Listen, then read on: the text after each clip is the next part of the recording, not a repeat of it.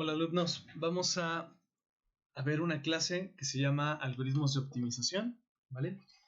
Si se fijan, pues casi siempre vemos la arquitectura de una red neuronal y aplicamos gradiente descendente, que es un algoritmo de optimización, para encontrar valores óptimos de los peos sinápticos y de los sesgos. ¿Hecho? Pues no es la única manera, ¿vale? Hoy en día hay muchísimos algoritmos de optimización, incluso ustedes pueden utilizar cómputo evolutivo para encontrar los valores de una red neuronal. No suele ser muy eficiente. Normalmente nos basamos más en técnicas clásicas. Así que vamos a revisar los principales algoritmos que hay que conocer en redes neuronales. ¿Sí? Recordando, bueno, les muestro el contenido. Vamos a recordar un poquito el algoritmo de gradiente descendente. ¿Sí? Cuáles son sus bases, ¿vale? Vamos a ver un tema que se llama suavizamiento exponencial, que nos va a llevar a diferentes algoritmos que son muy usados hoy en día, sobre todo en aprendizaje profundo, que es Momentum, RMSprop y Adam. ¿Sí? Les iba a poner otros algoritmos, pero creo que esto lo vamos a obviar para que la clase no sea tan larga. Aparte, esos son algoritmos que llamamos algoritmos basados en primera derivada. Vamos a ver algoritmos basados en segunda derivada. Los más clásicos, Newton, Gauss-Newton y Levenberg-McQuarrie. De hecho, por ahí les voy a dar unos consejitos de cuándo usar cada cual, ¿vale? Entonces vamos a empezar por recordar nuestro viejo amigo, nuestro algoritmo de gradiente descendente. ¿Sí? Bien, entonces gradiente descendente es la idea de dar pasos en dirección hacia el mínimo local. Entonces por ahí habíamos visto que tú tienes una función, estás en algún punto de esa función y el gradiente te va a dar una idea de la curvatura de tu función de costo. Entonces te va a dar la dirección hacia dónde dirigirte hacia el mínimo local, ¿vale? Por eso tenemos este menos que nos indica que vamos hacia el mínimo. Si estuviéramos maximizando, tendría un positivo, ¿no? El factor de aprendizaje es nada más una ponderación de ese paso que damos, ¿vale? Porque es importante para que el algoritmo no se vuelva inestable, no esté oscilando así, ¿no? ¿Hecho? Entonces, esa es la idea básica de gradiente descendente, ¿vale? Calculamos, nosotros tenemos alguna función de error que depende de la salida deseada y nuestra salida de la red. Calculamos el gradiente, ¿vale? Que ponemos con esta nabla y actualizamos los pesos, ¿vale? De manera similar, yo siempre lo trato de manera independiente, pero el sesgo, pues nada más sería la derivada parcial de ese error con respecto a ese parámetro. ¿Sí? Por ejemplo, para recordarles un poquito más, si yo pongo este error, ¿vale? Con un solo ejemplo deseado y una sola salida, me da este error cuadrático medio, ¿vale? Si yo tuviera una neurona de este tipo, pues al utilizar esa ecuación de gradiente descendente me va a dar esta regla de adaptación, ¿vale? Que es la regla delta que nosotros ya le hemos dedicado por ahí una clase. Va. Después vimos que esto se puede aplicar a cualquier número de neuronas, ¿vale? En una capa, y con el algoritmo de backpropagation vimos cómo aplicar gradiente descendente a redes neuronales con más capas, con capas ocultas, ¿vale? Ojo por ahí, lo que hemos visto sigue siendo gradiente descendente, ¿vale? Gradiente descendente es tan solo esta formulita de adaptación, ¿vale? Cualquier parámetro que ustedes quieran adaptar va a ser igual a ese parámetro menos el factor de aprendizaje y el gradiente de la función de costo, ¿vale?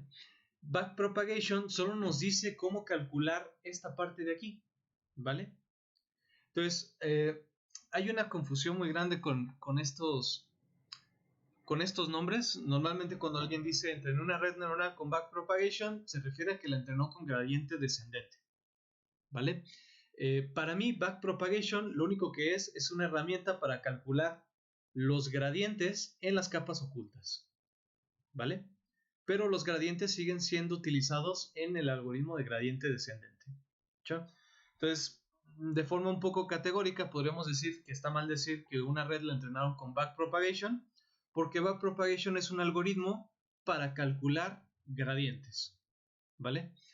Para calcular derivadas parciales de algún error, ¿vale? En un grafo de computación. ¿Hecho? Entonces, nosotros estamos utilizando gradiente descendente, es lo que hemos venido haciendo, excepto en la RBF, que ahí sí lo entrenamos con un algoritmo híbrido. ¿Okay? Entonces, hoy vamos a ver otros algoritmos de entrenamiento. ¿Hecho? Hay dos tipos, hay algoritmos basados en primera derivada, ¿vale? Como lo son gradiente descendente, que significa que van a estar basados en la primera derivada. Vamos a ponerle aquí una función que depende de W, la derivada parcial, ¿vale? Es decir, los componentes del gradiente son estas derivadas, ¿no? Y los métodos de segunda derivada pues van a estar basados en la segunda derivada parcial, ¿vale? Donde ya no solo voy a tener un WI, aquí voy a tener otro WJ, ¿vale? Entonces estas serían derivadas parciales de segundo orden y estas serían derivadas parciales de primer orden, ¿hecho? Entonces los métodos de primera derivada van a basarse solo en derivadas parciales de primer orden y los métodos de segunda derivada en derivadas parciales de segundo orden. Vamos a ver los principales métodos para cada estrategia, ¿no? De hecho, ¿cuál es la idea de utilizar derivadas de segundo orden? Pues tener más información de cómo varía la función objetivo, ¿vale? Más información nos ayuda a converger más rápido. ¿Sí? Pero bueno, tiene sus ventajas que vamos a ver. Bien, vamos a cambiar un poquito la notación. Hecho, en lugar de estar poniendo esta nabla, voy a poner una G y la G va a ser el gradiente, ¿vale? El gradiente de la función objetivo que se hayan propuesto. ¿Sí? Entonces, cuando vean G a continuación va a ser el gradiente, reescribiendo gradiente descendente para los parámetros W y B, pues lo podremos dejar de esta manera, ¿vale? Bien, para empezar, permítame un segundo, vamos a ver un tema que se llama suavizamiento exponencial, ¿vale? Este tema de suavizamiento exponencial nos va a llevar a varias variantes del algoritmo de gradiente descendente, ¿vale? Que son muy importantes para redes neuronales hoy en día, ¿vale? Entonces, suavizamiento exponencial es una técnica para predecir, para pronosticar valores futuros, es un predictor a un paso, ¿vale? ¿Cómo funciona esto? Imagínense que ustedes tienen una señal X de t, ¿vale? Que varía con respecto al tiempo y cada espacio temporal pues les va a dar un valor en xt, ¿va? Este valor en xt va a ir variando conforme al tiempo y puede que tenga un poco de ruido, ¿no? Por eso se ve esta dispersión en esta gráfica. Entonces, esta expresión que le llamamos suavizamiento exponencial nos va a ayudar a filtrar y a predecir valores mejores futuros, ¿vale? Entonces, en lugar de que yo esté viendo la xt, voy a hacer otra señal que depende del tiempo que voy a llamarle bt, ¿vale? Entonces, esto, si se fijan, es una ecuación recursiva. Yo meto, para calcular bt, necesito b en el momento t-1, ¿vale? Cuando inicializamos, b va a tener un valor de 0. Entonces, lo vamos a dibujar aquí con un puntito rojo. Este sería el primer valor de b0, ¿vale? Entonces, yo voy a ir metiendo el valor de x, ¿vale? Y tengo este parámetro beta, que es un valor entre 0 y 1, ¿vale? Imagínense que beta es igual, vamos a ponerlo ahorita, igual a 0.9. Entonces, el primer valor que voy a obtener va a ser el valor de x multiplicado por 1 menos 0.9, que me daría 0.1, ¿vale? Y esto sería 0 por beta. Entonces solo me quedaría 0.1 por x, ¿vale? Entonces, en lugar de agarrar esta x primera, voy a agarrar el 10% de esa x. Y ese sería el valor de b en el momento 1. Luego voy a meter otro valor de X, que sería este siguiente, ¿vale? Este de aquí. Y pero ahora el valor de B, 1, también lo voy a tomar en cuenta, este de aquí, ¿vale? Entonces, esto me va a ir creciendo la señal, ¿vale? Y me va a ir mostrando una gráfica de este estilo, ¿vale? ¿Cuál es la idea? La idea es ignorar el ruido en la señal, ¿vale? Los predictores a un paso son un filtro. Entonces vamos a ignorar el ruido de la señal, ¿no? Y vamos a aprender los patrones, ¿vale? Entonces la idea es que ustedes pueden calcular una señal filtrada, este BT, ¿vale? O lo mismo, predecir el valor siguiente tomando la información en el pasado, ¿vale? De hecho, a estos filtros podemos decirle que tienen memoria y esa memoria la calculamos más o menos así, ¿vale? 1 entre 1 menos el parámetro beta, ¿vale? Si beta fuera 0, fíjense que aquí nos queda una memoria de 1, ¿vale? ¿Qué significa eso? Que solo voy a tomar el paso anterior, ¿vale? De hecho, si beta fuera 0, todo esto se hace 0 y esto se hace 1 y b de t me queda igual a x de t. Entonces solo estoy tomando el paso actual para filtrar. Si beta valiera 0.5, pues aquí me quedaría 1 entre 0.5 me da 2. Y eso quiere decir que estoy tomando aproximadamente 2 puntos, el paso actual y el paso anterior, que sería x en el tiempo t-1, ¿no? Entonces, conforme b se va aproximando a 1, vamos a tomar cada vez más pasos, ¿va? Cuando es 0.9, pues ustedes pueden calcular el número de pasos que están tomando, ¿no? Que sería 1 entre, aquí abajo me quedaría 0.1, entonces estaría tomando 10 pasos, ¿vale? Entonces cuando beta vale 0.9, estoy tomando la información de 10 pasos hacia atrás para calcular mi nuevo punto, ¿vale? Entonces suavizamiento exponencial es una técnica muy vieja, se utiliza mucho a nivel industrial, ¿vale? Y a alguien se le ocurrió utilizarlo en el algoritmo de gradiente descendente, ¿vale? ¿Para qué? Bueno, antes de pasar a eso, perdón, había olvidado esta diapositiva. Vamos a ver los efectos que tienen de cada iteración el utilizar esta función, ¿vale? Empezamos con un b igual a 0, ¿vale? Entonces ese valor lo vamos a meter en la siguiente ecuación y me da esto de aquí, ¿vale? El primer punto en x va a estar multiplicado por 1 menos beta. Luego todo eso de aquí lo voy a meter otra vez a la ecuación de manera recursiva y me queda este factor, ¿vale? Todo este factor voy a volverlo a meter de manera recursiva para acá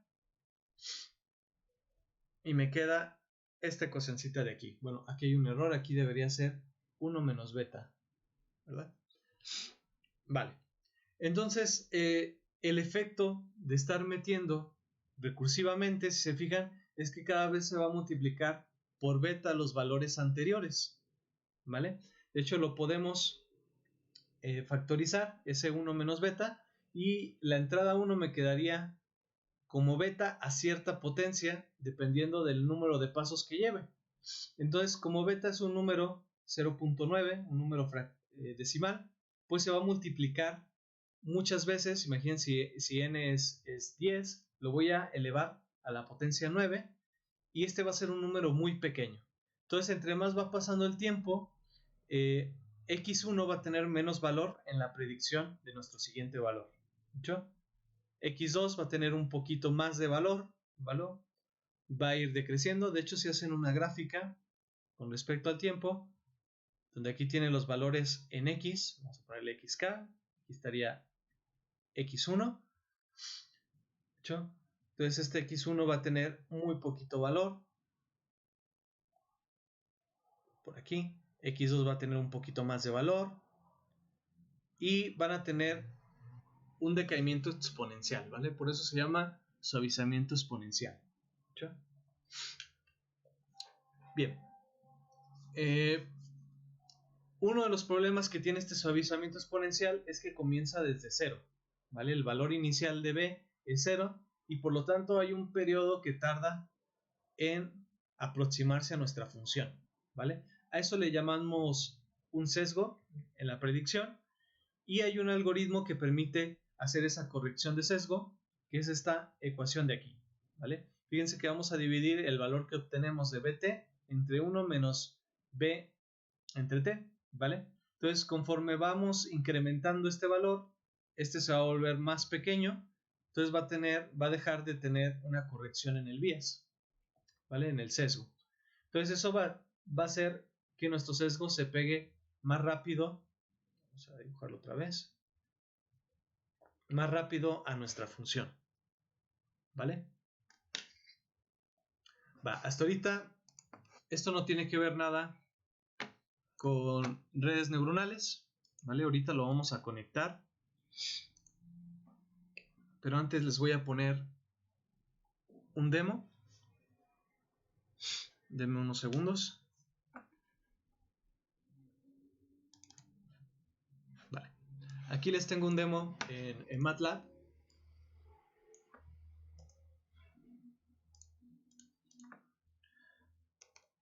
Bien. Tengo aquí unos puntos muestreados y tengo esta función, ¿vale? Que es una función más o menos cuadrática con ruido sumado, ruido uniforme sumado, ¿vale? Y bueno, aquí tengo estas ecuaciones de filtrado, ¿vale? Más la corrección del error. ¿Ya? Vamos a ver cómo se filtra esta señal, ¿vale? Vamos a poner la señal ya con la corrección del error, ¿vale? Si mi beta vale 0, no voy a estar filtrando nada. Entonces, vean lo que pasa con la señal, ¿vale? Los puntos rojos es la señal original, los muestreos que tenemos, y la negra es la señal filtrada. Entonces, empieza desde 0, ¿vale? Y va a ir agarrando todos los puntos, porque si beta vale 0, la señal B chica va a ser igual a la señal original, ¿vale? Entonces, todo esto de aquí se elimina, no tenemos la recursión, simplemente nos quedamos con la señal original. ¿Ya? Si mi beta vale 0.5, voy a estar tomando dos datos. Entonces, se fijan, al tener más información, voy a ir despreciando el ruido propio de la señal, ¿vale? Igual comienzo desde 0, ¿vale? La corrección de vías hace que me pegue lo más rápido posible. Y vamos a ir incrementando beta para ir aproximándonos a 1, ¿vale? Entonces, en cuanto me voy aproximando a 1, la señal va filtrando de mejor manera, voy haciéndole caso menos al ruido y me voy adaptando más al patrón de la señal.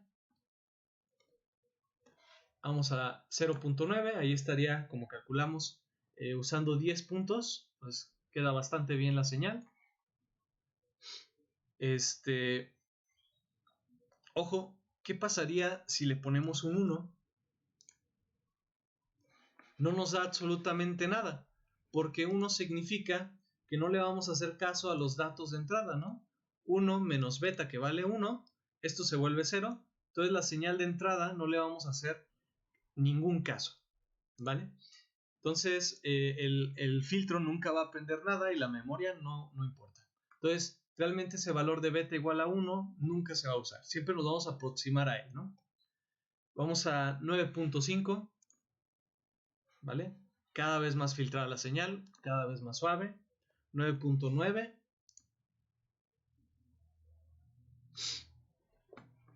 ¿Vale? La señal me queda muy suave, pero también empiezo a tener un retardo en la señal. Esto es porque necesito tomar en cuenta 1000 datos hacia el pasado más o menos para calcular un nuevo dato, ¿vale? Entonces estoy jalado por la información del pasado y no puedo predecir bien valores hacia el futuro, ¿vale? Ese es un efecto que tienen todos los filtros. Entre más suave sale la señal, más retardo le meten, ¿no? ¿Vale? Entonces voy a ponerle 999 y se fijan, la señal es cada vez más lenta, aunque es cada vez más suave, ¿vale? Bien, entonces ese es el efecto de nuestro filtro. De esto no se preocupen, no va a haber ninguna actividad, ¿vale? Nada más para que vayan conociendo. Ahora, ¿qué pasa si esto lo usamos en nuestro gradiente? ¿Vale? Este es el algoritmo de suavizamiento exponencial, ¿vale? Lo que vieron ahí. Entonces, la idea es usarlo en nuestro gradiente, ¿vale? Por ahorita no tenía que ver nada con redes neuronales, ¿vale? Lo vamos a usar. Una red neuronal sería una elección de parámetros, ¿vale? Aquí voy a poner solo 2 parámetros, una red neuronal tiene muchísimos. Y cuando yo hago gradiente, saco una dirección hacia mi mínimo, ¿vale?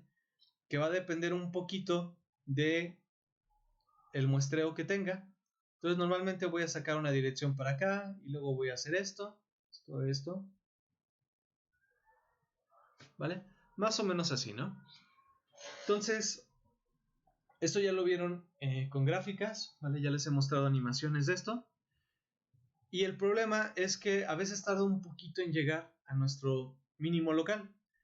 Entonces, si yo filtro esta información de la dirección hacia la que me tengo que mover, voy a obtener también información del pasado. ¿Están de acuerdo? Es decir, los gradientes del pasado me van a mover gradientes del futuro. Entonces, la idea de meterle momento al gradiente es filtrar con el filtro de suavizamiento exponencial los gradientes, esa información del movimiento, para ponerle un poco más de inercia, de momento, a nuestro algoritmo, ¿no? Entonces va a ser algo así y si se fijan se va a aproximar más rápidamente a nuestro mínimo.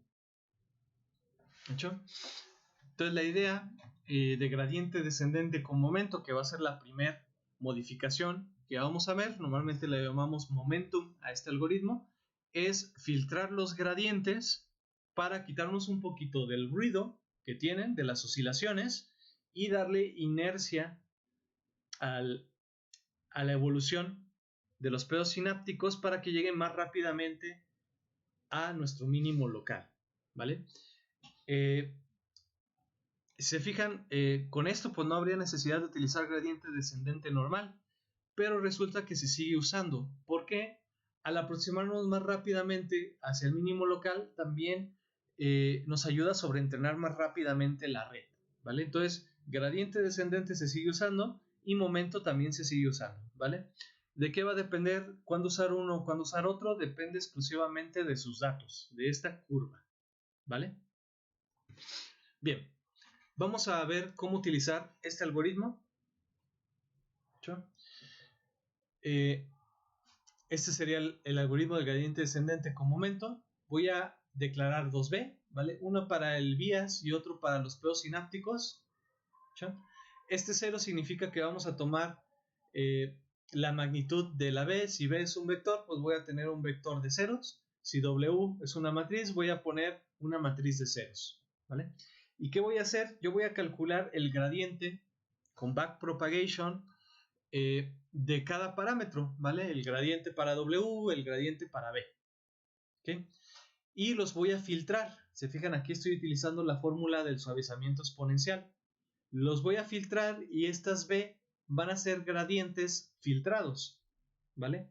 Y los voy a meter a la regla de adaptación. En lugar de meter los gradientes, como es la ecuación del gradiente descendente, voy a meter gradientes filtrados, ¿vale? Entonces esos gradientes filtrados me van a dar este efecto, ¿vale? De llegar más rápidamente a mi mínimo local. ¿Sí? Entonces esa es la idea con gradiente descendente con momento. ¿Okay? Otra idea de cómo modificar esto es gradiente descendente filtrado, pero filtrar los momentos al cuadrado, ¿vale? Estos momentos, esta G, acuérdense que G es un vector, ¿vale? Estas G están elevadas al cuadrado de manera elemento-elemento, es decir, realmente lo que voy a hacer es esto de aquí, el producto Haberman, elevar al cuadrado cada uno de sus elementos, y voy a filtrar en esta técnica que se llama RMSprop, voy a filtrar esos pero elevándolos al cuadrado, ¿vale? Y una vez que tengo ese filtro, voy a ajustar mis pesos sinápticos de esta manera. Se fijan aquí, si estoy metiendo el gradiente directamente y voy a dividir entre la raíz cuadrada de esos filtros, ¿vale? ¿Cuál es la idea? En Momentum, al filtrar esto, lo que estamos obteniendo es una media de los gradientes. ¿Están de acuerdo? Estamos filtrando, entonces entre más datos tomemos hacia el pasado, pues realmente es una ponderación con cierta distribución de probabilidad. Entonces, eso es una esperanza matemática. ¿Hecho? Acuérdense, una esperanza matemática es algo así como una media. Entonces, aquí estamos sacando la media, la esperanza matemática de los gradientes y con eso estamos ajustando, ¿vale? En RMSProp está utilizando los gradientes al cuadrado. Entonces, esto en lugar de darme información de la media, me está dando información de la dispersión, ¿vale? Entonces, entre más disperso sea el gradiente, más ruido va a tener, por lo tanto va a estar oscilando más. ¿Sí? La idea de este algoritmo es utilizar esa dispersión, que sería como el segundo momento estadístico, si ustedes saben de probabilidad, y lo estoy usando para normalizar el gradiente. Entonces, esto tiene un efecto que es en mi función de costo, ¿vale? Se va a aproximar aceleradamente hacia mi mínimo local, pero las oscilaciones pueden aumentar, ¿vale? Entonces, a veces aumentan las oscilaciones en cada paso, pero tengo una velocidad muy acelerada hacia el mínimo local. Como nota curiosa, este algoritmo no fue publicado, sino que fue presentado en un curso de Coursera que fue ofrecido por Hinton, ¿vale? Hinton es una de las vacas sagradas del área de redes neuronales. Entonces, en un curso que él estaba dando, dio esto como un ejemplo y resultó ser un algoritmo pues bastante bueno que suele dar resultados mejores que gradiente descendente y a veces mejores que Momentum en el mínimo que alcanza, ¿vale? Entonces, RMSProp es esa idea. Llevamos Momentum y RMSProp. Se fijan, son algoritmos distintos. Uno divide entre la raíz cuadrada de ese filtro y otro simplemente sustituye los gradientes por el gradiente filtrado, ¿vale? Entonces, por ahí a un grupo de investigación se les ocurrió fusionar ambos algoritmos, fusionar Momentum y RMSProp, ¿vale? Y a esto le llamamos el algoritmo ADAM, ¿vale? Que ADAM viene del acrónimo de momento adaptativo, ¿vale? Entonces, vamos a hacer las chambas de los dos algoritmos anteriores. Voy a tener un filtro para las medias, un filtro para los gradientes al cuadrado y voy a utilizar tal cual 4 veces el suavizamiento exponencial, ¿vale? Uno como lo hace Momentum y otro como lo hace RMSProp. Voy a hacer las correcciones de los sesgos. Los otros algoritmos no suelen hacer corrección, ¿vale? Pero en nada sí se mete una corrección del error. Entonces voy a hacer una corrección del sesgo y después voy a adaptar con esta ecuación. ¿Se fijan? En la parte de arriba tenemos la misma idea de Momentum y en la parte de abajo tenemos la idea de RMSProp, ¿vale? Aparte vamos a agregar este epsilon para que el algoritmo sea estable, ¿no? No vaya a ser que en algún momento el gradiente se mueva tan poco que esto tienda a cero, ¿vale? Entonces, para evitar divisiones entre cero, vamos a agregar este epsilon, que es un número muy pequeño. Este algoritmo da muy buenos resultados. De hecho, para muchos es el favorito, sobre todo cuando se entrena redes neuronales profundas, ¿vale? Al final de esto les voy a platicar un poquito de por qué sirve cuando entrenamos redes neuronales profundas. Tenemos más hiperparámetros B1, B2 y epsilon, ¿vale? Los voy a poner aquí resaltados. B1, B2 y epsilon son nuevos hiperparámetros de nuestro algoritmo de aprendizaje y normalmente utilizamos estos valores predeterminados, ¿va? Beta 1 como 0.9, beta 2 0.999 y epsilon no solo nos importa que sea un número muy pequeño, entonces 10 a la menos 8 es lo que solemos usar, ¿vale? Si ustedes cambian estos parámetros, sobre todo beta 1 y beta 2, van a obtener desempeños diferentes, ¿vale? Normalmente es de las últimas cosas que uno intenta mover. ¿Hecho? Vale. Hay otros algoritmos, aparte de Adam, basados en primera derivada, como son AdaGrad, AdaMaths, ¿vale? Pero bueno, no me alcanza para ver la teoría de aquí. Si ustedes lo quieren estudiar por su cuenta, yo digo que lo más importante saber ahorita, hoy en día, es este algoritmo Adam, ¿vale? Es lo más usado. Bien, vamos a pasar a algoritmos de segunda derivada. Entonces, los algoritmos de primera derivada están basados en el gradiente. ¿Hecho? Los algoritmos de segunda derivada van a estar basados en derivadas parciales de segundo orden, que nos lleva a algo que llamamos el hessiano, ¿vale? Entonces, gradiente es a la primera derivada como el hessiano es a la segunda derivada. ¿Hecho? Entonces, técnicas que vamos a ver van a estar basadas en hessianos. ¿Hecho? Va. La primera técnica que vamos a ver, esto va a ser un poco matemáticamente con muchas ecuaciones, pero bueno, vamos a pensar que f es mi función de costo, ¿vale? El error cuadrático medio, el error logístico, alguno de los errores que hemos visto. Todo lo que nos importa es que ese error sea lo más pequeño posible, ¿vale? Entonces vamos a minimizar ese error, ¿vale? Este es el algoritmo de Newton, que de seguro lo vieron en algún curso de análisis numérico, ¿vale? Vamos a pensar ahorita que W es un número real, ¿vale? Entonces esta función f es una función que toma números reales, ¿vale? Nuestro valor del peso sináptico W, y nos da un número real que sería el error. ¿Hecho? Bien.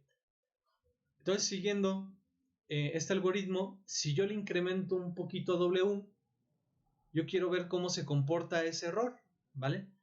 Voy a hacer una expansión de Taylor de segundo orden, entonces esto lo voy a aproximar como la expansión de Taylor de segundo orden, que se acuerdan es derivar la primera vez por ese incremento más un medio de la derivada de segundo orden por ese incremento, ¿vale? ¿Cuál es la idea de todo esto? Cuando yo tengo una función, si yo derivo, ¿vale? Voy a obtener la pendiente de esa función, ¿vale? Por ejemplo, si derivo en este punto, voy a obtener esa pendiente, ¿vale? Pero lo que me interesa a mí es derivar en este punto, en el mínimo local, y se fijan, la derivada sería una recta constante, es decir, que la derivada sería igual a 0. Entonces, esta cosa que expandí, la voy a derivar, ¿vale? Con respecto a ese incremento, y la voy a igualar a 0. ¿Por qué? Porque cuando esa derivada es igual a 0, quiere decir que estoy en el mínimo local, ¿vale? En el mínimo o en el máximo. A nosotros nos interesa estar en el mínimo. Entonces voy a derivar eso con respecto al incremento de W, ¿vale? Esto no tiene incremento de W, su derivada es 0, ¿vale? Esto se multiplica por el incremento de W, me queda ese factor como si fuera una constante. Y aquí tengo incremento de W al cuadrado. Regla de la potencia, este 2 se multiplica por este 1 medio, ¿vale? Se va. Y me queda la doble derivada por el incremento de W, ¿vale? Todo eso igualado a 0. ¿Hecho? Si despejo el incremento de W de esa ecuación, me va a quedar que el incremento de W es menos la primera derivada de la función f entre la segunda derivada de la función f. ¿Hecho? Y eso nos lleva a la siguiente regla de adaptación, ¿vale? Voy a incrementar W con W más su incremento, que es igual a esto de aquí. ¿Hecho? Entonces, esto es muy típico en un curso de análisis numérico, muy seguro lo llegaron a ver. Entonces, tú tenías esta función, la querías optimizar, y lo que tenías que hacer era sacar la primera derivada y la segunda derivada, y simplemente la íbamos a evaluar en los puntos, y con eso íbamos adaptando nuestra solución candidata. ¿Sí? Pero bueno, hay un pequeño problemita para usar esto en redes neuronales, y el problema es que en las redes neuronales no solo tenemos un parámetro a optimizar, tenemos muchos, tenemos los peos sinápticos y los sesgos de las neuronas. Entonces necesitamos ver el algoritmo de Newton para el caso de múltiples variables, ¿vale? Entonces, agárrense. Vamos a ver ahora qué pasa si W no es un real, sino que es un vector, ¿vale?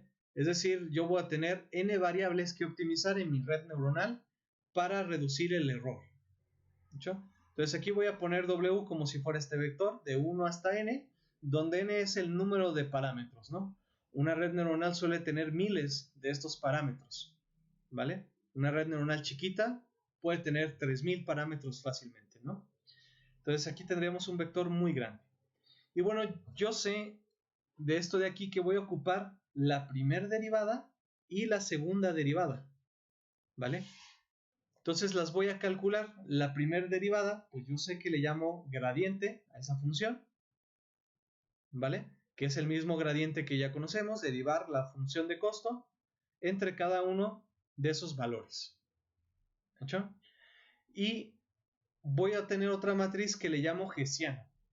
Este hessiano va a ser la segunda derivada, va a ser esta parte de aquí, ¿vale? Entonces, la segunda derivada, que serían derivadas parciales, se forma esta matriz. Se fijan, aquí tengo la derivada parcial de segundo orden de f con respecto a 2 veces el parámetro w1, ¿vale? En la diagonal nos van a quedar esos diferenciales al cuadrado, pero fuera de la diagonal nos va a quedar la derivada entre un parámetro w1 y un parámetro w2, es decir, entre dos parámetros. ¿Sí? ¿Cuál es la idea de esto? Al contrario del gradiente, cada elemento del gradiente era qué tanto varía mi error cuando yo muevo uno de los peos sinápticos. Pero ahora tengo información de qué tanto varía el error cuando yo muevo dos pesos sinápticos. Entonces esto me está dando más información. De hecho, si ustedes utilizan la expansión de Taylor pero de tercer orden, pues van a tener derivadas parciales de tercer orden. Pero eso no lo solemos hacer porque ya es muy complicado, ¿vale? Calcular una derivada de tercer orden es muy complicado en las arquitecturas de redes neuronales. Vale. Normalmente suelo dar la explicación de cómo llegar hasta esta matriz, pero bueno, lo voy a dejar hasta ahí porque quiero ver un poquito más de temas. Entonces, el hessiano es esta matriz de derivadas parciales de segundo orden. ¿No?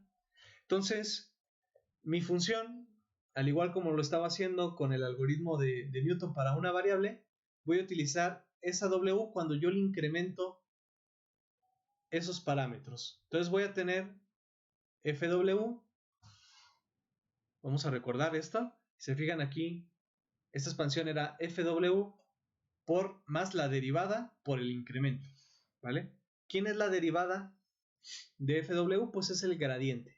Entonces el gradiente multiplicado por el incremento, ¿vale? Acuérdense que cada una de estas cosas son vectores, ¿vale?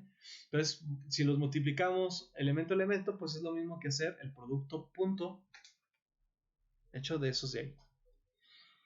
Y luego tengo la segunda derivada, un medio de la segunda derivada por el vector al cuadrado. ¿Hecho? Entonces eso lo escribo de esta manera. Aquí tengo el 1 medio, ¿vale? El vector al cuadrado, incremento de w al cuadrado, es esto de aquí. Acuérdense que nosotros no podemos poner el incremento de w así al cuadrado, si es un vector, porque esto nos estaría indicando otra cosa, ¿vale? Aquí elevar un vector al cuadrado no tiene sentido. Entonces normalmente esta notación la usamos cuando elevamos cada uno de los elementos al cuadrado, ¿vale? Para elevar un vector al cuadrado hay que hacerlo de esta manera. El vector transpuesto por sí mismo. ¿Sí? Y en medio de eso voy a poner la segunda derivada, que sería mi matriz hessiana. ¿Ok? Vale. Igual como lo hice con el método de una derivada, voy a hacerlo aquí. Voy a derivar con respecto al incremento de W. ¿Sí? Entonces, esto no tiene incremento de W, su derivada es 0. La derivada de esto es G, ¿vale? ¿Por qué poner G y no G transpuesta? pues esto lo pueden ver como el producto punto, ¿vale? Y hay unas reglas que les dicen cómo obtener ese resultado. Entonces, para que ese resultado se pueda sumar a esto de aquí, ocupo G y no G transpuesta, ¿vale? Y derivar esto, pues aquí es como si tuviéramos incremento de W al cuadrado, se va a ir con este 1/2 y me va a quedar H por el incremento de W, ¿vale? Otra vez, ¿por qué no pongo el incremento de W transpuesto? Pues resulta que yo puedo poner dos cosas, puedo poner incremento de W transpuesto por H, ¿vale? Esta también es una respuesta válida, pero para que se sume con esta G, pues esa G también tendría que ser transpuesta, ¿vale? Entonces, en álgebra matricial, cálculo de álgebra matricial o cálculo en varias variables, es donde ven estos temas, ¿no? Entonces yo me voy a quedar con esta elección, con la primera, ¿vale? Esta la vamos a desaparecer. Y bueno, ahora lo que me queda es despejar este incremento de W, este vector, lo voy a pasar al otro lado con signo negativo, ¿vale? Y luego voy a despejarlo. Entonces, en lugar de como lo hicimos en una variable, donde simplemente pasamos dividiendo, aquí como es una matriz, en lugar de pasar dividiendo, voy a pasar con la inversa, ¿vale? Entonces, si se fijan, es exactamente la misma ecuación. G es la primera derivada y H es la segunda derivada. Como tiene menos 1, es como si estuviera abajo, ¿vale? Bien, entonces, discúlpenme un momento. Esto estaba de más, ¿vale? Entonces así nos queda el incremento de W, ¿vale? Nos queda menos la matriz hessiana, la inversa, perdón, de la matriz hessiana multiplicado por el gradiente. ¿Hecho? La regla de adaptación para este método de Newton me quedaría de esta manera. Y bueno, al igual que gradiente descendente, puedo ponerle un ponderador, ¿vale? Que es el factor de aprendizaje. Entonces, esta funcioncita de aquí sería el método de entrenamiento con el algoritmo de Newton. ¿Hecho? Bien. Si se fijan, aquí no hice la ecuación para B. La ecuación para B es muy similar, solo que el hessiano y el gradiente lo sacamos con respecto a B. ¿Hecho? Esto lo pueden utilizar para cualquier parámetro. Aquí lo estoy ejemplificando para los pedos sinápticos, ¿vale? Bien, ¿qué propiedades tiene el algoritmo de Newton? Pues converge mucho más rápido que gradiente descendente, ¿vale? Si ustedes tienen sus funciones de peso, gradiente descendente va a ser algo así, ¿vale? Va a estar oscilando hasta que llegue por aquí y el algoritmo de Newton va a llegar muy rápido, ¿vale? Es decir, que va a necesitar menos iteraciones. Acuérdense que cuando hablamos de convergencia, no hablamos de cuánto tiempo va a tardar corriendo, sino del número de iteraciones. Entonces, al algoritmo de Newton va a tardar muchas menos iteraciones para entrenar, ¿vale? Problemas que tiene, pues el algoritmo de Newton es muy costoso computacionalmente. Cada iteración va a ser muy costosa. Incluso solamente encontrar la matriz hessiana es muy costoso, ¿vale? Hay algoritmos propiamente para encontrarlos. Entonces, el problema del algoritmo de Newton y por lo que no se usa es porque es muy costoso encontrar la matriz hessiana, ¿vale? En la práctica es muy costoso. Aparte, hay otro problemita, que el algoritmo puede ser inestable. ¿Por qué? Porque aquí estamos utilizando una inversa, ¿vale? Si resulta que la matriz H es una matriz singular, su determinante es igual a 0, pues es prácticamente como dividir entre 0, ¿vale? Entonces, esa matriz hessiana no va a existir, ¿vale? En el momento que sea singular, no va a tener inversa, no va a existir y estamos haciendo lo mismo que dividir entre 0. Nos va a dar un error en la computadora de división entre 0. Entonces, la matriz hessiana no siempre puede existir, ¿sí? Y eso va a hacer que el algoritmo sea inestable, ¿vale? No podemos asegurar que sea invertible, ¿sí? Otro problemita que pueden encontrar es que la matriz hessiana quizás a veces no sea cuadrada, ¿vale? Eso se soluciona para todos los algoritmos que vamos a ver. En lugar de meter la matriz inversa, vamos a meter la matriz pseudo inversa, que normalmente le ponemos aquí un signo de más, ¿hecho? Entonces no se preocupen si la matriz H no es cuadrada, está el algoritmo de la pseudo inversa para calcular, ¿vale?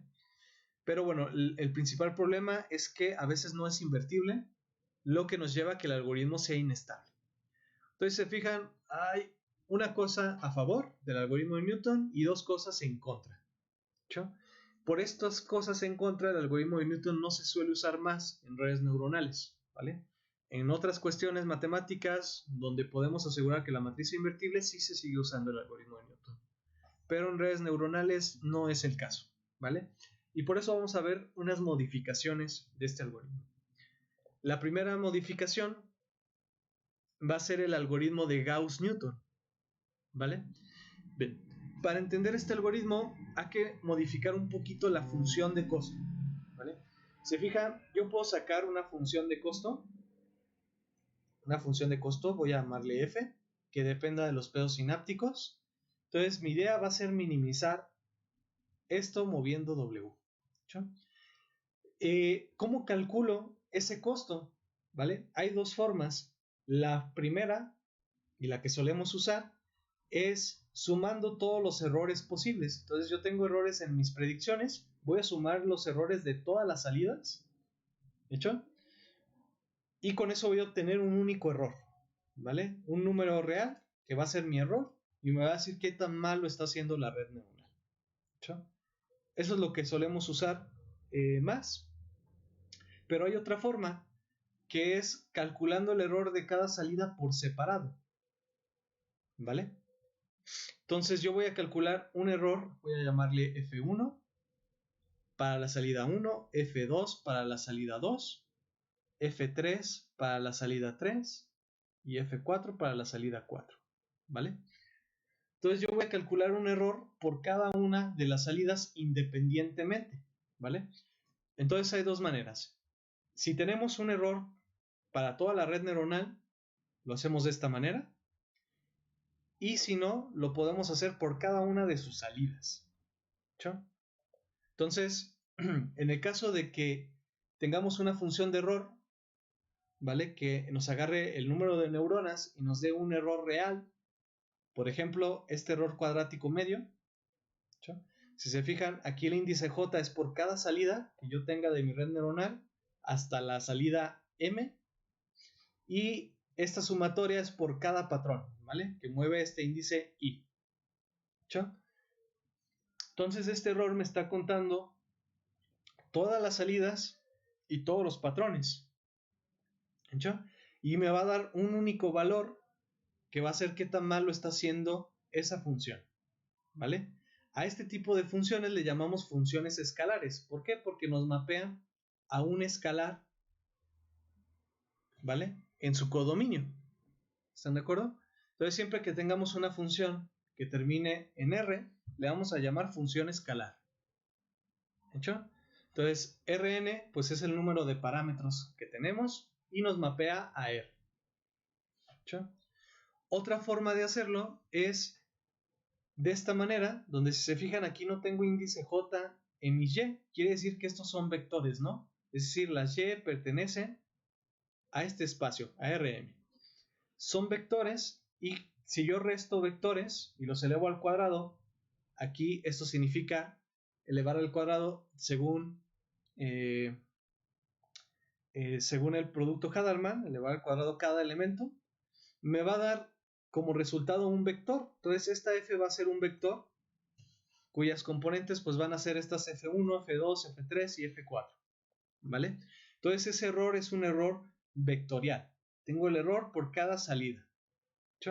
Y eso nos lleva a que f sea una función vectorial. ¿Qué quiere decir? Que nos mapea a un vector, ¿vale? Entonces tenemos funciones escalares y tenemos funciones vectoriales. Nosotros normalmente lo hemos visto de esta manera, con funciones escalares, y nosotros ya sabemos sacar el gradiente de una función escalar. ¿vale? La derivada de una función escalar, ¿vale? Entonces, si mi función es escalar, cuando yo la derive, me va a salir esto de aquí, ¿vale? La derivada parcial con respecto a cada uno de los pesos sinápticos, cada una de las variables de las que f depende.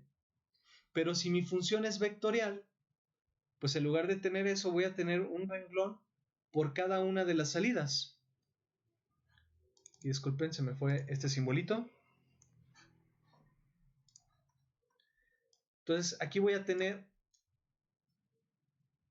un gradiente por cada una de las salidas de mi red neuronal, ¿vale? Entonces, cada salida de aquí me hace un error y yo puedo calcular el gradiente de cada uno de esos errores, ¿vale? Aquí lo voy a poner transpuestos, los gradientes, y si se fijan ahora voy a crear una matriz, ¿vale? Entonces, cuando mi función de error me mapea a los errores individuales de cada una de las matrices, de las salidas, yo lo que voy a obtener como un gradiente, como como una derivada, pues va a ser una matriz, ¿vale? No le llamamos gradiente, le llamamos matriz jacobiana. Entonces, fíjense, tenemos tres elementos que tienen que ver con la derivada. La derivada de una función escalar le llamamos gradiente y es un vector. La derivada de una función vectorial es una matriz y le llamamos matriz jacobiana. ¿Okay? Y la doble derivada de una función escalar es lo que llamamos matriz hessiana. ¿Vale? La doble derivada de una función escalar es una matriz hessiana. Se podrán preguntar, pues, ¿cuál sería la doble derivada de una función vectorial? Pues se fijan, nos va a dar una matriz, bueno, no una matriz, sino un tensor, que es un arreglo rectangular de más dimensiones, ¿no? En particular, un escalar es un cero tensor, ¿vale? Es un tensor de grado 0. Un vector es un tensor de grado 1. Una matriz es un tensor de grado 2. Y va ahí para arriba, siempre lo llamamos con esos nombres y simplemente les decimos tensores, ¿sí? Entonces yo podría sacar la segunda derivada de esta función vectorial y me daría un tensor de grado 3, un 3 tensor, ¿vale? Entonces de eso no se preocupen, hasta aquí llegamos, hasta la matriz jacobiana. Entonces la matriz jacobiana se parece a la hessiana, pero tiene derivadas parciales de primer orden. Eso es muy importante. ¿Por qué? Porque estas derivadas ya sé cómo calcularlas con backpropagation, ¿hecho? Y las derivadas del hessiano son un poquito más difíciles, ¿no? Bien. ¿Cómo vamos a modificar el algoritmo de Newton para que sea el algoritmo de Gauss-Newton? Pues vamos a aproximar la matriz hessiana, que es muy difícil de calcular, con este producto, ¿vale? Voy a multiplicar mi matriz jacobiana transpuesta por la misma matriz jacobiana. ¿Qué significa? Cada elemento de esta matriz estimada va a ser la multiplicación de esto de aquí por esto de acá. Y si se fijan, al multiplicar derivadas de primer orden, voy a poder estimar una derivada de segundo orden. Esto solo va a ser una aproximación, ¿sí? Entonces, multiplicando derivadas de primer orden, voy a poder aproximar derivadas de segundo orden, ¿sí? ¿En qué me beneficia esto? Pues que las derivadas de primer orden son mucho más fáciles de calcular y puedo estimar las de segundo orden simplemente como multiplicación de derivadas de primer orden, ¿vale? Entonces una multiplicación de matrices y el algoritmo de backpropagation me basta para poder aplicar este algoritmo, ¿vale? Unas cosas de nomenclaturas, el algoritmo de Newton da paso a los algoritmos que vamos a ver, incluyendo este Gauss-Newton y el siguiente. Todos los algoritmos que aproximen el hessiano le llamamos algoritmos cuasi-newtonianos, ¿vale? Entonces, un algoritmo cuasi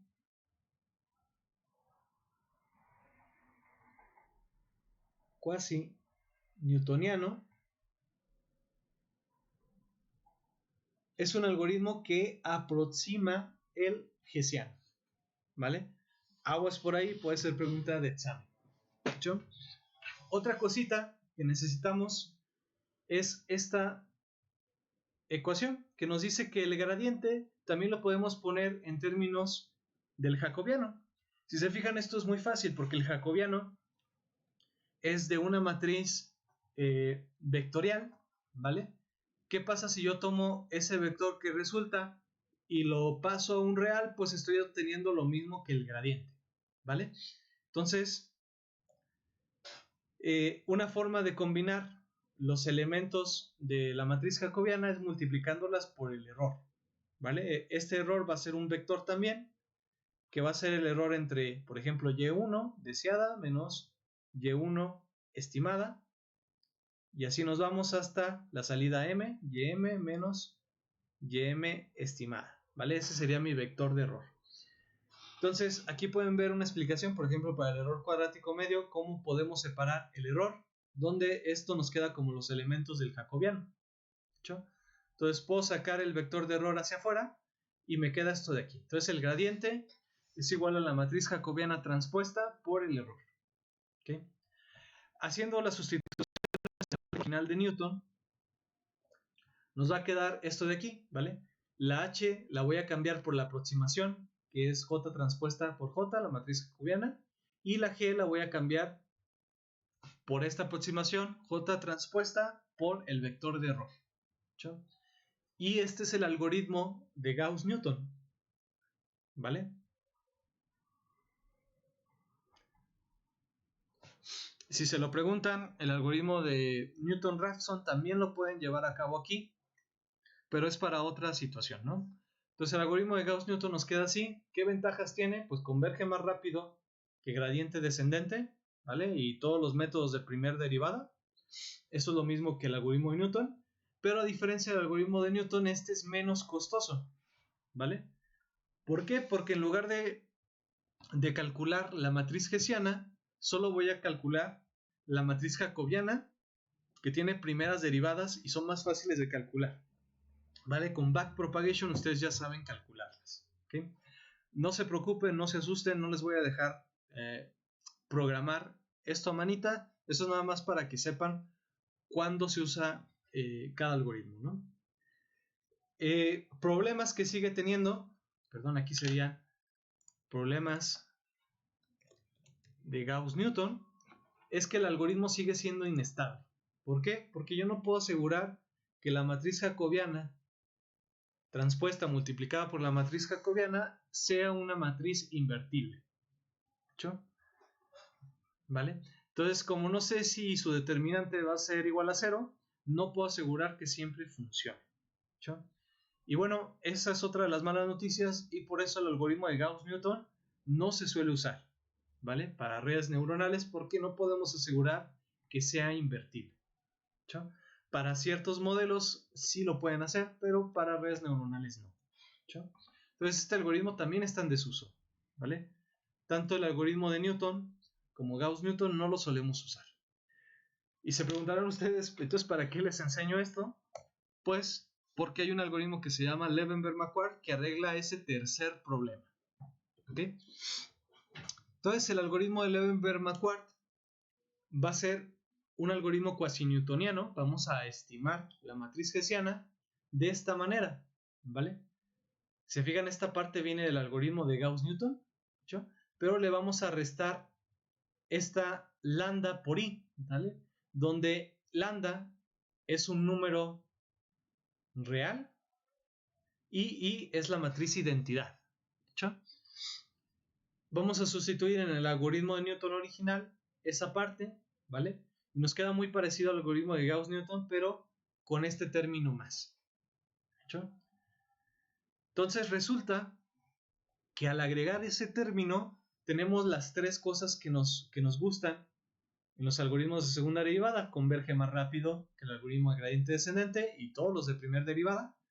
El algoritmo es menos costoso que el algoritmo de Newton porque estamos utilizando jacobianos y no hessianos, y el algoritmo es estable. Entonces el algoritmo de Levenberg-Marquardt nos asegura que esto que está aquí dentro ¿vale? Esta partecita va a ser invertible. ¿Sí? Esto no es nada fácil de ver. Necesitamos mucha teoría para entender por qué es invertible. Pero algo que me gusta ver a mí es que, como ustedes sabrán, una matriz no es invertible si su determinante, vamos a ponerle aquí determinante de A, es igual a 0, ¿vale?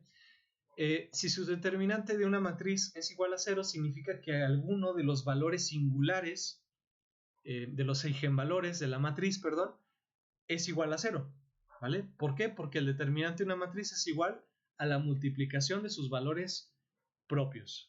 ¿Sí? Entonces, alguno de los valores propios está siendo 0, ¿ok? Que significa que hay alguna dependencia lineal. Entonces, esta matriz, se fijan, si ustedes tienen una matriz 2, 3, vamos a ponerle, perdón, 2, 1, 3, y aquí tengo 4, 2, 6, vamos a hacer la de 3 por 3, 3, 5, 7. Si ustedes tienen esta matriz no va a ser invertible. ¿Por qué? Porque este vector, este segundo vector, es múltiplo escalar del primero. ¿Hecho? Entonces no es de rango completo, alguno de sus eigenvalores se va a hacer 0 y por lo tanto el determinante va a ser 0 y luego no vamos a poder invertir. Entonces lo que hace este algoritmo, vamos a pasarlo por acá.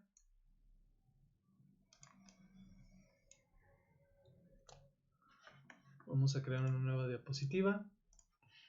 Entonces lo que va a hacer este algoritmo es que a esta matriz le vamos a restar un lambda por la matriz identidad, que sería esto de aquí, ¿no? Lambda 0. ¿Vale? Eso es lo que está haciendo nuestro algoritmo de Levenberg-Marquardt.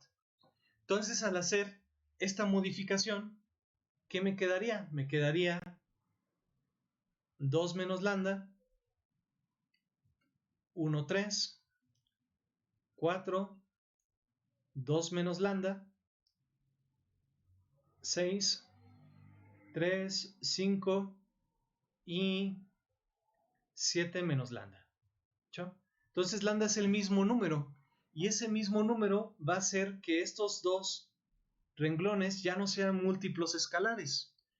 Y si no tenemos renglones que sean múltiplos escalares, pues quiere decir que no tenemos dependencia lineal, por lo tanto los valores propios van a ser diferentes de 0 y el determinante también va a ser diferente de 0. ¿Qué significa? Que esta matriz de aquí siempre va a ser invertible. ¿Hecho? Entonces Levenberg-Marquardt, moviendo los valores propios de la matriz, nos asegura que va a ser invertible. ¿Vale? Y con eso arreglamos el problema de la estabilidad en los algoritmos newtonianos. ¿Hecho? Vale. Esto realmente es más profundo de lo que les platico. Tiene que ver con algo que se llama regularización de Tikhonov, que no vamos a entrar en detalle a eso. ¿Vale? Pero bueno, es muy importante. ¿Hecho? Por último, última cosa.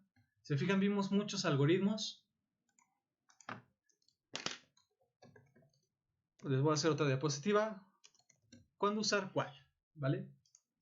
Si su red es poco profunda, ¿vale?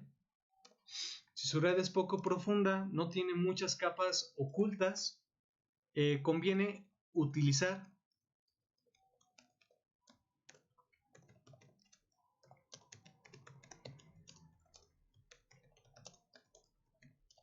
algoritmos de segunda derivada, ¿vale?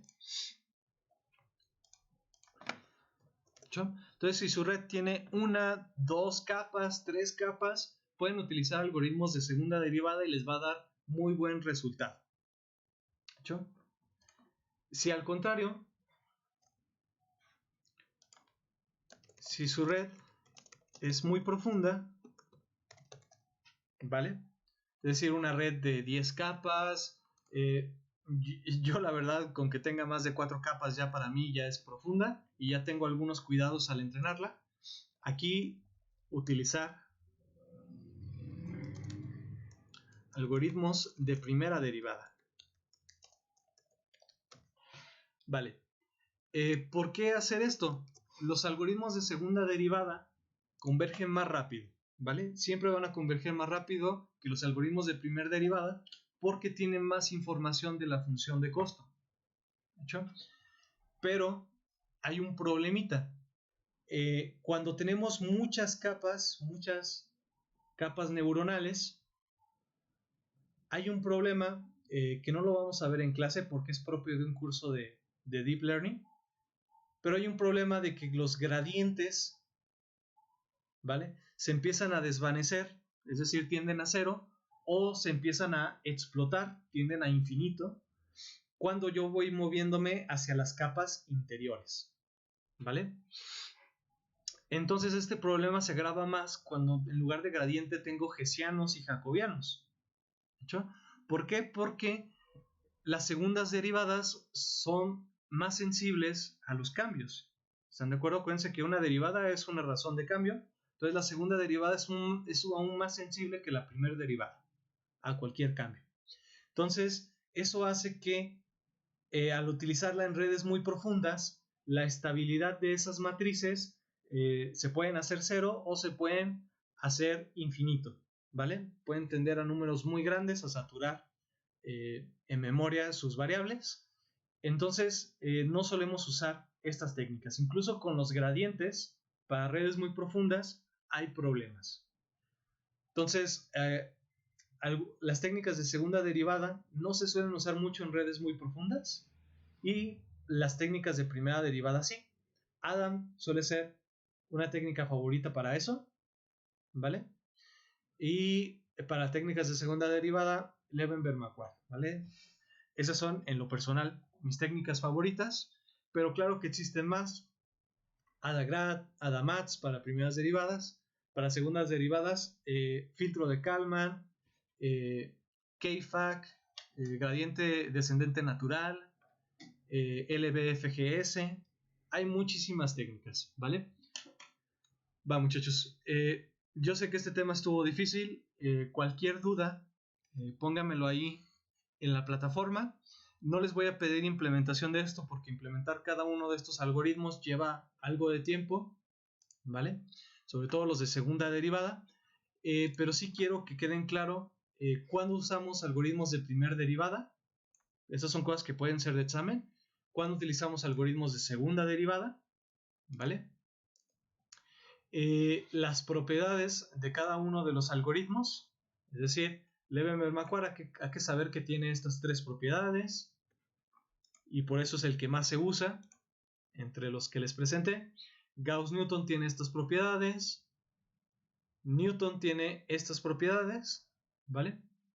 Y los algoritmos de primera derivada, pues hay que conocer qué es lo que hacen mejor, ¿vale? Utilizan un filtrado de los primeros y segundos momentos estadísticos, es decir, del gradiente y del gradiente al cuadrado, para acelerar su camino hacia el mínimo local. ¿Hecho? Vale. Entonces, para mí lo que es importante es que conozcan eso y en la práctica lo que es importante es saberse los nombres, ¿vale?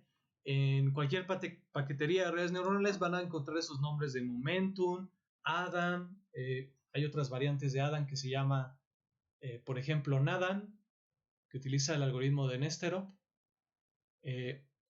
Junto a un alumno de maestría estamos desarrollando un algoritmo que se llama CADAM, que fusiona Adam con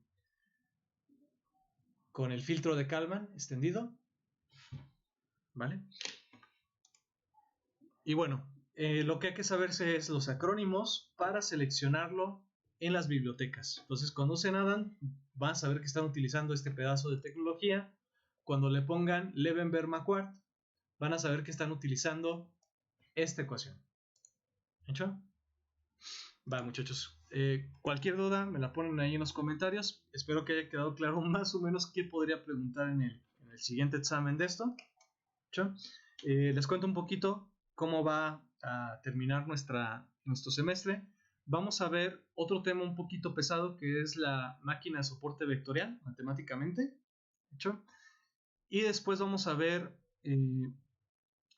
redes convolucionales, como ustedes me lo pidieron, y redes recursivas, ¿vale? Voy a quitar varios de los temas que suelo dar normalmente en el periodo para poder dar redes convolucionales, creo que es un tema muy importante hoy en día, y redes recursivas, voy a dar el ejemplo base, ¿vale? Que es la red recursiva general o la recursividad en sí, y suelo dar la red de Hopfield, pero en lugar de eso voy a dar la LSTM con su práctica. Los que vayan en teoría conmigo, las próximas clases justamente va a ser redes convolucionales y LSTM, ¿vale? Entonces cualquier duda me lo dejan por ahí en los comentarios.